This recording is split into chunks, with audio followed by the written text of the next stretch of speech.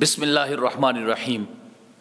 فن حدیث کے بہت بڑے امام اور حافظ الحدیث اور اسماء الرجال کے عظیم امام ابو حاتم الرازی رحمہ اللہ کے حوالے سے آج ہم جاننے کی کوشش کریں گے۔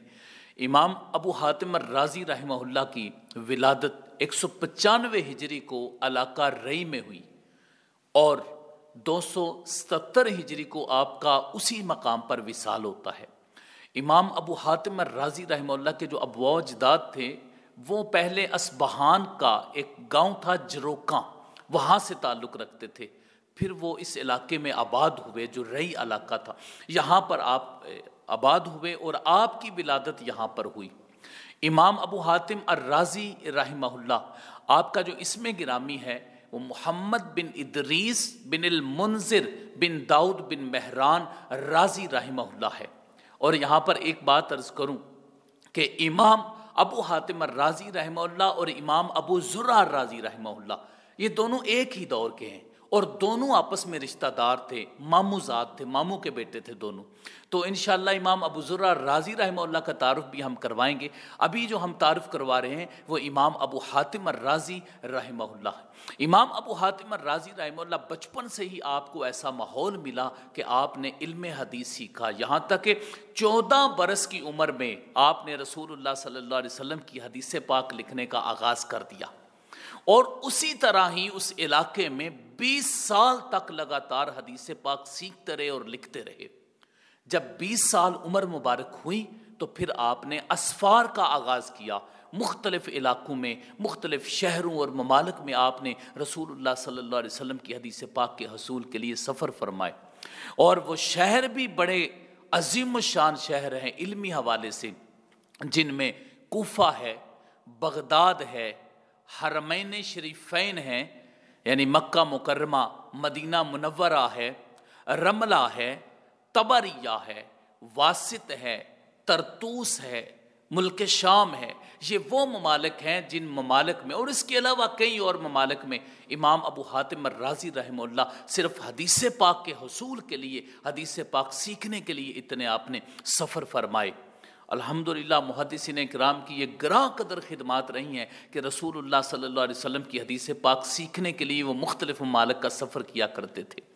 آپ نے جن شخصیات سے علم حدیث حاصل کیا یا دیگر علوم آپ نے سیکھے وہ بہت زیادہ تعداد ہے ان کی، چند ایک کے بارے میں میں عرض کروں گا۔ امام ابو نعیم فضل رحمہ اللہ، ان سے آپ نے حدیث پاک سیکھی۔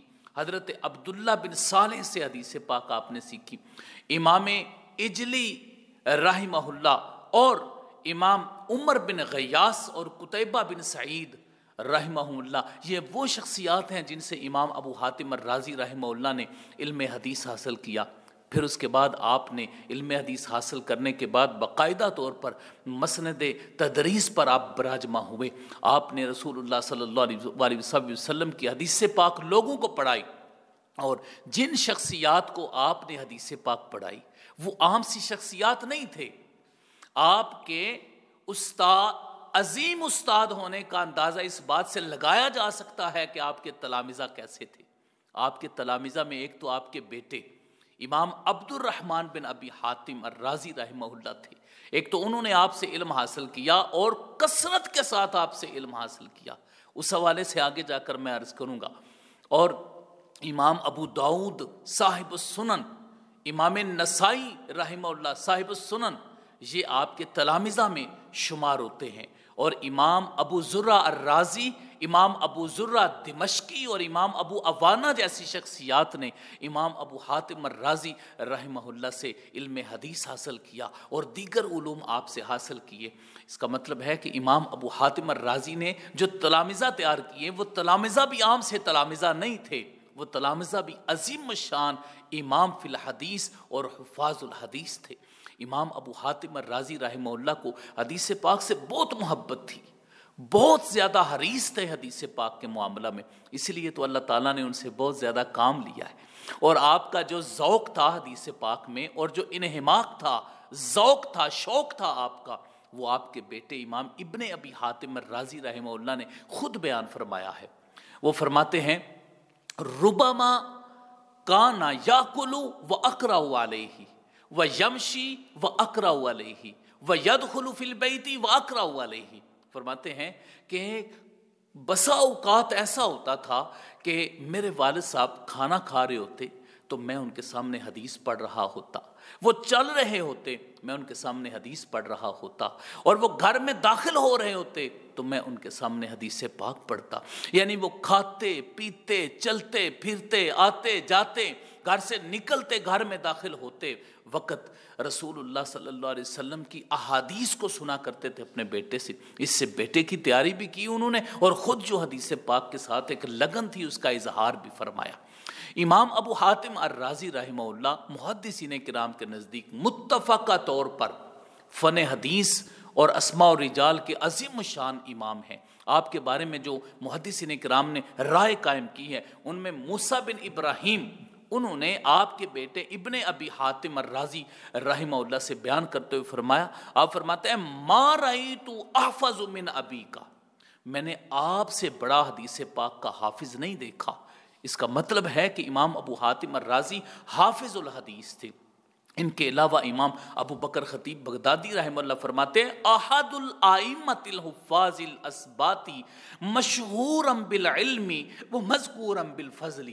وہ فرماتے ہیں کہ جو سکہ حفاظ ہیں، سکہ حفاظ حدیث ہیں، آپ کا ان میں شمار ہوتا تھا، اور آپ علم کے اعتبار سے پوری دنیا میں مشہور تھے، اور فضیلت کا آپ کا مرتبہ یہ تھا آپ کا کہ آپ کے فضائل ہر جگہ پر بیان کیے جاتے تھے. تو یہ امام ابو بکر خطیب بغدادی رحمہ اللہ کی رائے تھی. اور امام ہبت اللہ الطبرانی رحمہ اللہ آپ کے حوالے سے کیا فرماتے ہیں؟ فرماتے ہیں کانا ابو حاتم اماما عالما بالحدیث و حافظا لہ. فرماتے ہیں کہ وہ امام تھے حدیث کے، وہ عالم تھے حدیث کے اور حافظ الحدیث تھے. ان کے علاوہ دیگر ائمہ کرام میں سے امام ابو زرع الرازی جو آپ کے ماموزات تھے، وہ کیا فرماتے ہیں؟ وہ ان سے مخاطب ہو کر یہ فرماتے ہیں ما رأیت احرصا فی طلب الحدیث من کا یا ابا حاتم، اے ابو حاتم میں نے حدیث کو طلب کرنے میں آپ سے زیادہ حریص نہیں دیکھا. اس کا مطلب ہے کہ امام ابو حاتم الرازی رحمہ اللہ حدیث کی طلب میں بہت زیادہ حریص تھے. اور یقیناً ایسی شخصیات جنہوں نے اپنی ساری زندگی رسول اللہ صلی اللہ علیہ وسلم کی حدیث پاک کے لیے گزاری ہے، اللہ پاک نے ان کو مقام بھی عطا کیا ہے. امام ابو حاتم الرازی رحمہ اللہ نے کچھ کتب بھی آپ کی موجود ہیں. یہاں پر یہ بات ذہن میں رکھیے کہ جو الجرح والتعدیل کتاب ہے وہ اصل میں جو لکھی ہے وہ آپ کے بیٹے امام ابن ابی حاتم الرازی نے لکھی ہے، جو عبد الرحمن بن ابی حاتم ہے، لکھی انہوں نے ہے، لیکن اس کے اندر اقوال اپنے والد کے ذکر کیے. جس طرح ایک سند ذکر کرتے ہیں، ایک شخص پر حکم لگاتے ہیں تو فرماتے ہیں سمیت ابی یقول ذالک، یہ آپ کے بیٹے ابن ابی حاتم لکھتے ہیں. تو اس کا مطلب ہے کہ اصل جو اس کتاب کا الجرح والتعدیل کتاب ہے، اس کا مصدر امام ابو حاتم الرازی ہیں، جو آپ نے اپنے والد صاحب سے سوال کیا یا آپ کے والد صاحب نے آپ کو جو چیزیں بتائی تھیں، یعنی امام ابو حاتم الرازی نے، وہ انہوں نے ابن ابی حاتم الرازی نے الجرح والتعدیل میں ذکر کی ہیں. اسی طرح آپ کی کتاب علل الحدیث ہے، اور اس کے علاوہ آپ کی کتب طبقات التابعین ہے، کتاب الزینہ ہے، تفسیر القرآن الکریم ہے، اعلام النبوت ہے.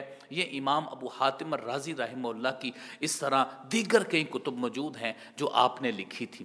اس دور میں جب دوسری صدی ہجری کا اختتام ہو رہا تھا اور پھر تیسری صدی ہجری کا آغاز بھی تھا، اور پھر آگے 277 تک یعنی تیسری صدی ہجری تک، اس کے مکمل ہونے سے پہلے تک اتنا عظیم الشان کام کرنا، کتب لکھنا اور اپنی خدمات سر انجام دینا، یہ اس وقت میں ایک بہت بڑا کام تھا جو آپ نے سر انجام دیا. اور یقیناً جو محدثین کرام آپ کا ذکر کرتے ہیں وہ آپ کو ان آئمہ میں شمار کر کے آپ کے اقوال کو لے کر کسی راوی کو سکہ یا ضعیف قرار دیتے ہیں. اور اس طرح اسماء و رجال کی کتب بھری پڑی ہیں کہ امام ابو حاتم الرازی نے فلاں راوی کو سکہ قرار دیا یا ضعیف قرار دیا یا فلاں راوی کے بارے میں یہ حکم دیا. آپ نے بہت زیادہ محنت کی۔ یہاں پر میں ایک چھوٹی سی بات عرض کرنا چاہتا ہوں۔ آپ فرماتے ہیں کہ میں 214 ہجری کو بصرہ میں گیا، وہاں پر میرا ارادہ تھا کہ میں یہاں پر 1 سال رکوں گا اور یہاں پر رہ کر میں علم حدیث حاصل کروں گا۔ آپ فرماتے ہیں کہ میرے پاس خرچہ ختم ہو گیا، میں نے جو میرے پاس زائد کپڑے تھے وہ بیچنے شروع کر دیے، یہاں تک کہ اپنا کمبل چادر تھی اس کو بھی، پھر جو زائد لباس اوپر تھا اس کو بھی میں نے بیچا، پھر بھی میرا خرچہ مکمل نہ ہوا، یہاں تک کہ میرے پاس کوئی خرچہ باقی نہ رہا۔ اور ہم پڑھنے کے لیے گئے، ایک شیخ سے پڑھنے کے لیے گئے تو سوچا کہ وہاں سے کچھ حاصل مل جائے گا، کچھ ہمارے کھانے کے لیے، لیکن وہاں سے چونکہ مانگا نہیں اور انہوں نے پوچھا بھی نہیں۔ اسی طرح دوسرے شیخ کے پاس گئے، وہاں پر بھی یہ معاملہ ہو، تو ہم کئی شیوخ کے پاس گئے اس وقت تو ہمارے ساتھ یہی معاملہ ہوا۔ پھر میں نے ارادہ کیا کہ اب مجھے واپس جانا چاہیے، کیونکہ میرے پاس کھانے کے لیے بھی کچھ نہیں ہے، کوئی 2 دن گزر رہے ہیں اور کھانے کے لیے کچھ بھی نہیں ہے، اور میں بالکل بھوکا علم حاصل کر رہا ہوں، تو اس طرح حصول علم بھی میرے لیے مشکل ہو رہا ہے۔ پھر آپ کے دوست نے آپ کو درہم دیا تھا ایک، تو آپ نے آدھے درہم کا وہاں سے کچھ لے کے کھایا اور آدھا درہم اپنے سفر کے لیے واپس آپ لے کر آئے۔ اس کا مطلب ہے کہ جتنی دیر وہاں پر رہے بھوکے رہ لیا اور علم حدیث بھی حاصل کیا۔ یہ طلب تھی، یہ حرص تھی رسول اللہ صلی اللہ علیہ وآلہ وسلم کی حدیث کے حصول کے لیے۔ بالآخر امام ابو حاتم الرازی 277 ہجری کو آپ کا وصال ہوا۔ اللہ رب العزت آپ کے درجات کو ہمیشہ بلند فرمائے، اور جو آپ نے حدیث پاک کی خدمت کی ہے اللہ ہمیں بھی فیض عطا فرمائے، آمین یا رب العالمین۔ صلی اللہ علیہ حبیبہ سیدنا محمد وآلہ وسلم۔